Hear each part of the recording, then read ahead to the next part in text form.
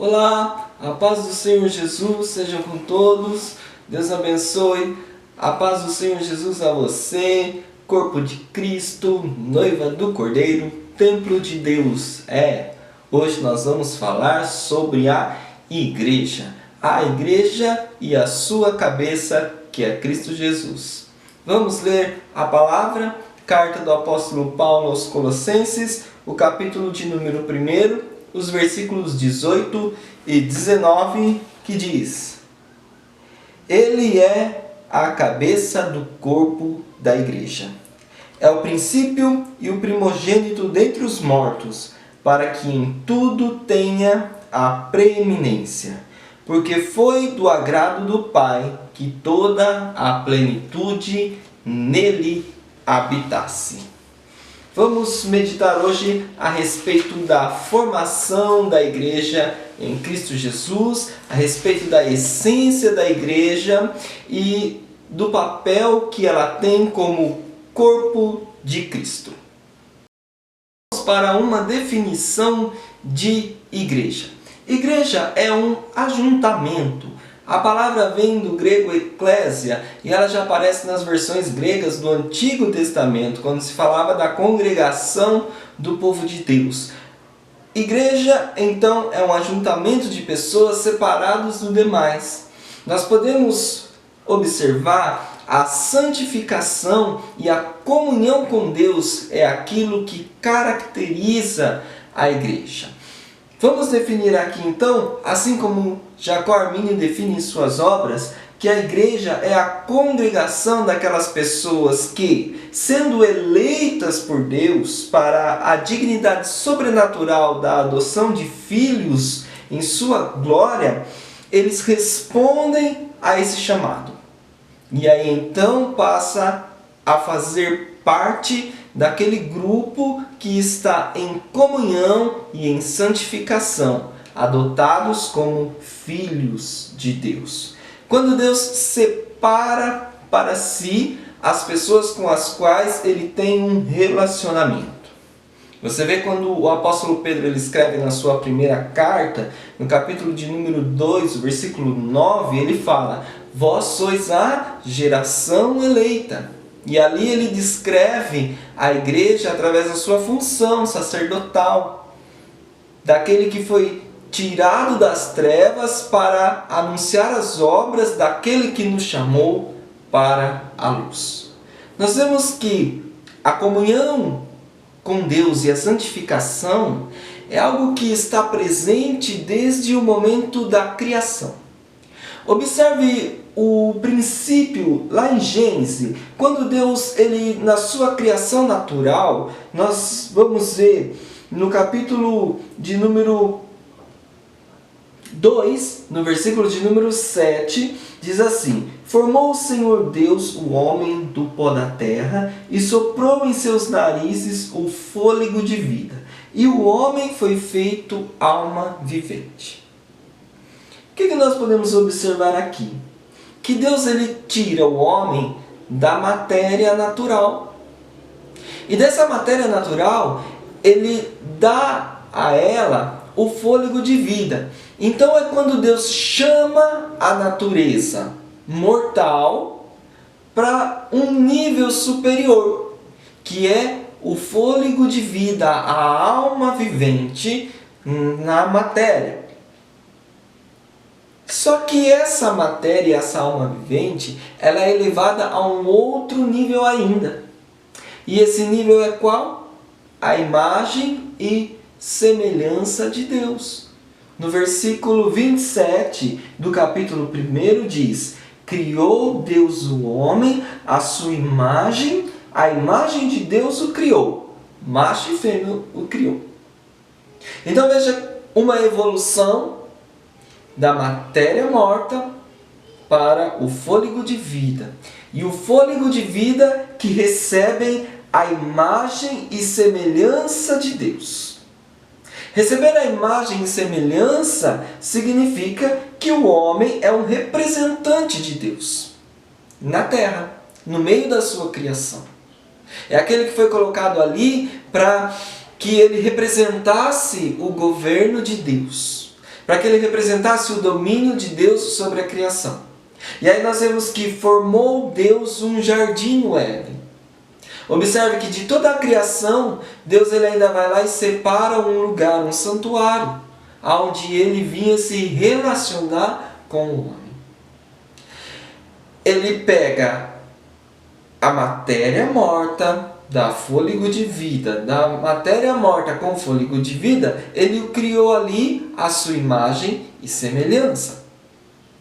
Nessa imagem e semelhança, ele vem ter comunhão com ele e separa um jardim no Éden. E veja que quando ele separa o jardim e coloca o homem no Éden, ele vem na viração do dia falar com o homem, e ele faz um concerto, uma aliança. Existia um único mandamento, e o mandamento era: não tome da árvore da ciência do bem e do mal. Mas existia ali também a árvore da vida. Então, esse homem, que é matéria morta, que recebeu o fôlego de vida, que foi feito à imagem e semelhança, e que tinha comunhão com Deus, com quem Deus faz uma aliança, ele recebe a bênção da vida eterna através da árvore da vida. Mas ele também recebe um mandamento e uma sentença através da árvore da ciência do bem e do mal. E ali estava estabelecido uma igreja, um ajuntamento de filhos de Deus por natureza, pela criação. E ali existia, se você ler lá o capítulo 2 de Gênesis, ali existia toda sorte de fruto para que o homem dele comesse. E existia no Éden os rios que saíam dali. Então existia um santuário onde Deus vinha falar com o homem. Nesse santuário existia frutos para que o homem deles desfrutasse. Mas nesse santuário existia um mandamento que o homem tinha que cumprir apenas como símbolo da sua aliança com Deus. E nesse santuário existia a fonte de vida para que o homem fosse abençoado por ela enquanto ele tivesse guardado o mandamento de Deus. Mas no capítulo 3 de Gênesis, nós vemos o homem perdendo essa condição de igreja natural, quando ele quebra a aliança e o concerto com Deus. E aí ele se torna inimigo de Deus. E ele representa ali toda a humanidade. E o pecado então passa aos seres humanos através de Adão. E os homens tornam-se inimigos de Deus. A partir desse momento, Deus então faz concertos, porque ele já fez a promessa da semente que viria para esmagar a cabeça da serpente. E através da semente, a igreja de Deus seria restaurada a seu tempo. Porque na plenitude dos tempos, nos diz a palavra, a graça de Deus se manifestou através de Cristo Jesus, anunciando então a salvação a todos os homens. A partir daí, Deus chama os patriarcas, Deus faz promessa a Abraão. No meio dos caldeus, Deus chama um homem, Abraão, e daquela família, Deus elege uma nação. E é no meio daquela nação que Deus decide trazer então o seu Filho encarnado. E no meio daquela nação ele levanta heróis, ele levanta profetas, e ele vem anunciando o momento em que chegaria essa graça, em que ele faria esse novo concerto conosco. Veja o profeta Jeremias, o que é que ele diz lá no capítulo de número 31 e o versículo de número 33. Este é o concerto que farei com a casa de Israel. Porei a minha lei no seu interior e a escreverei no seu coração. E eu serei o seu Deus e eles serão o meu povo. Ora, mas já não é Israel o povo de Deus? Mas Deus está dizendo que ele faria um povo para si daqueles que teria a lei, não mais exterior, em tábuas, em mandamentos, mas ele teria um povo daqueles que traria a vontade de Deus, a lei de Deus para dentro de si. E esse povo seria a igreja. A igreja que ela já é formada não mais por judeu, mas ela é formada por todos os povos.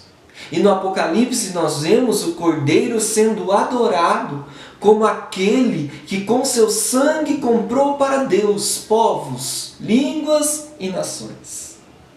Por isso nós sabemos que a igreja ela é constituída para a glória de Deus. A igreja ela é constituída para o louvor do Senhor Jesus Cristo, que é digno, que é o Cordeiro que venceu, que é o leão da tribo de Judá, profetizado já por Jacó. Quando ele abençoa seus filhos, ele profetiza a Judá que dali sairia aquele que haveria de ser o príncipe do povo de Deus.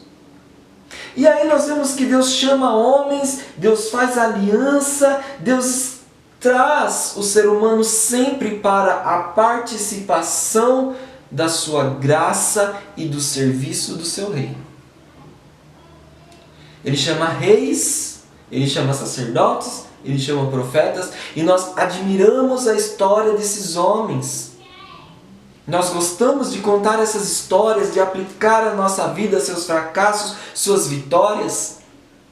Mas nenhum desses, por mais que os admiremos, foi capaz de restaurar a igreja de Deus, o santuário de Deus, o templo aonde Deus habita. Nenhum desses foi ungido para ser o profeta perfeito, o sacerdote perfeito, o rei dos reis e senhor dos senhores. Nenhum herói da fé foi capaz de libertar a humanidade do pecado e da maldição da condenação eterna. Mas vindo à plenitude dos tempos, Deus manifestou Jesus Cristo, seu Filho, a glória revelada do Pai, para que nele habitasse toda a plenitude de Deus e ele viesse restaurar a igreja de Deus através do seu sangue derramado na cruz do Calvário. Assim sabemos que Cristo é a causa primária e essencial da igreja. Ele a forma através do chamado e da convocação.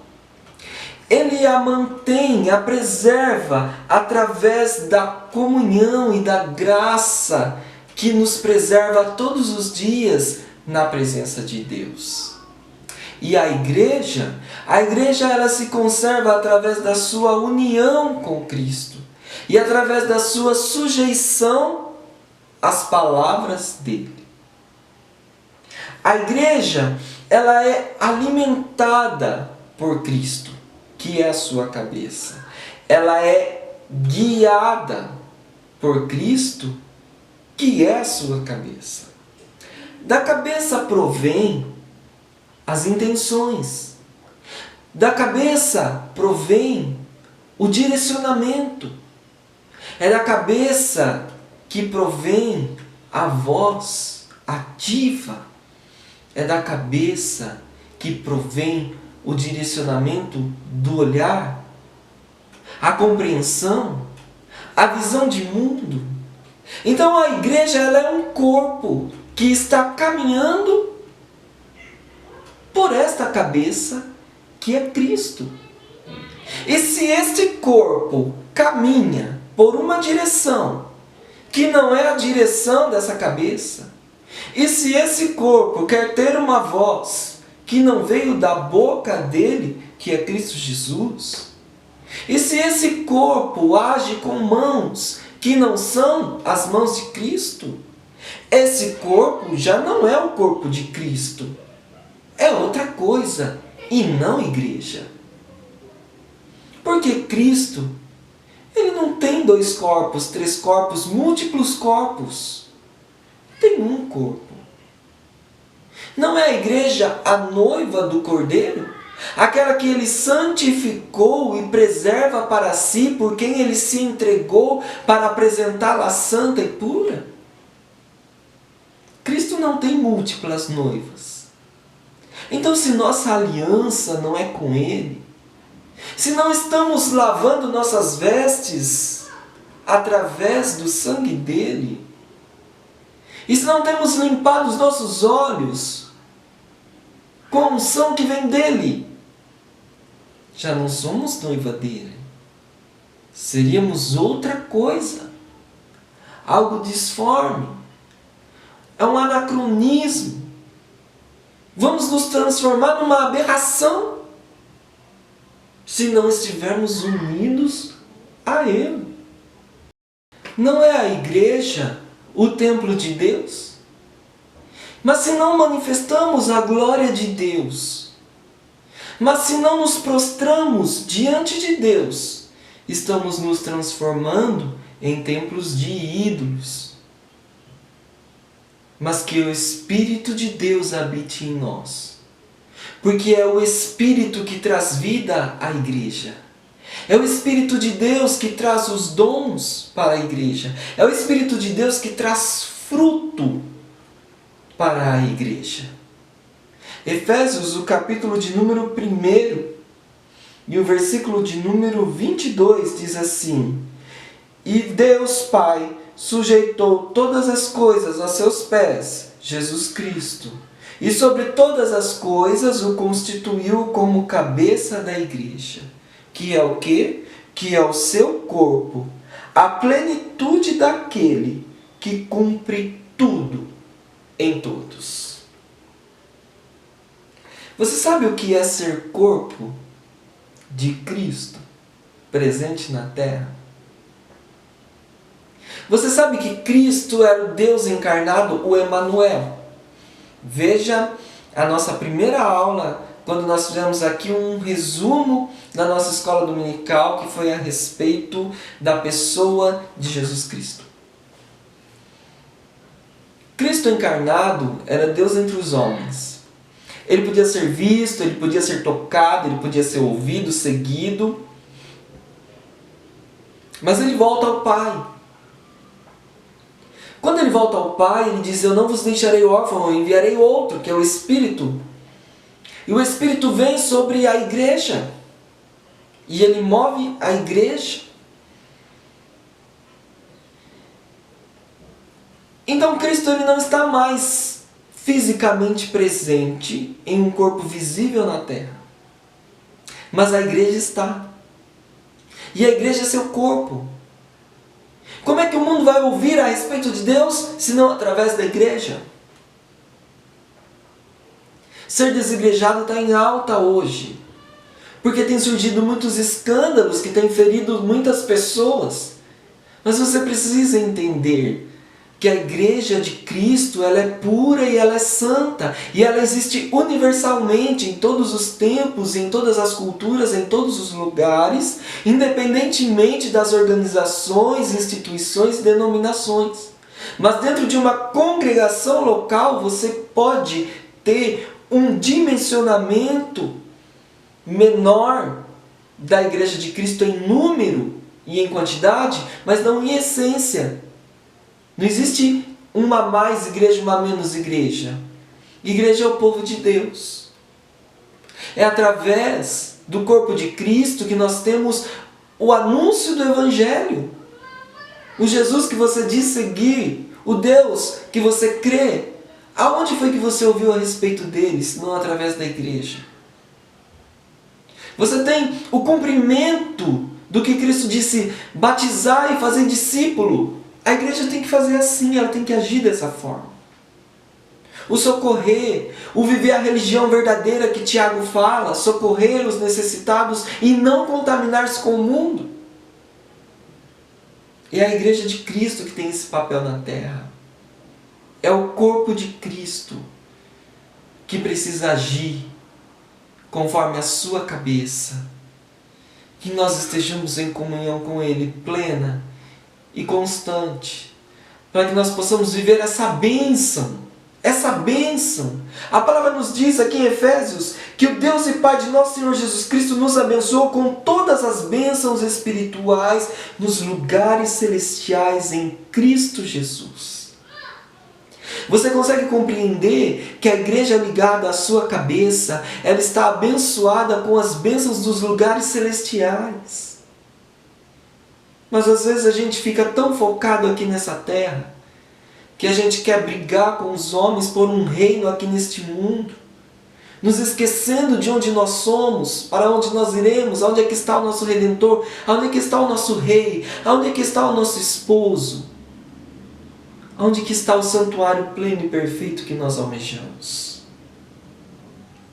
No momento em que nós voltarmos a nos reunirmos, que nós venhamos voltar a estar juntos com essa consciência, somos o santuário de Deus restaurado por Cristo Jesus. E o Espírito Santo de Deus habita em nós para a glória de Deus Pai. E a glória de Deus há de ser manifestada através da nossa vida, da minha vida, da sua vida, através da nossa comunhão. Porque nós somos o templo de Deus. Nós somos a noiva do Cordeiro.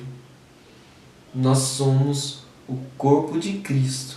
Que Deus te abençoe em Cristo Jesus. Amém.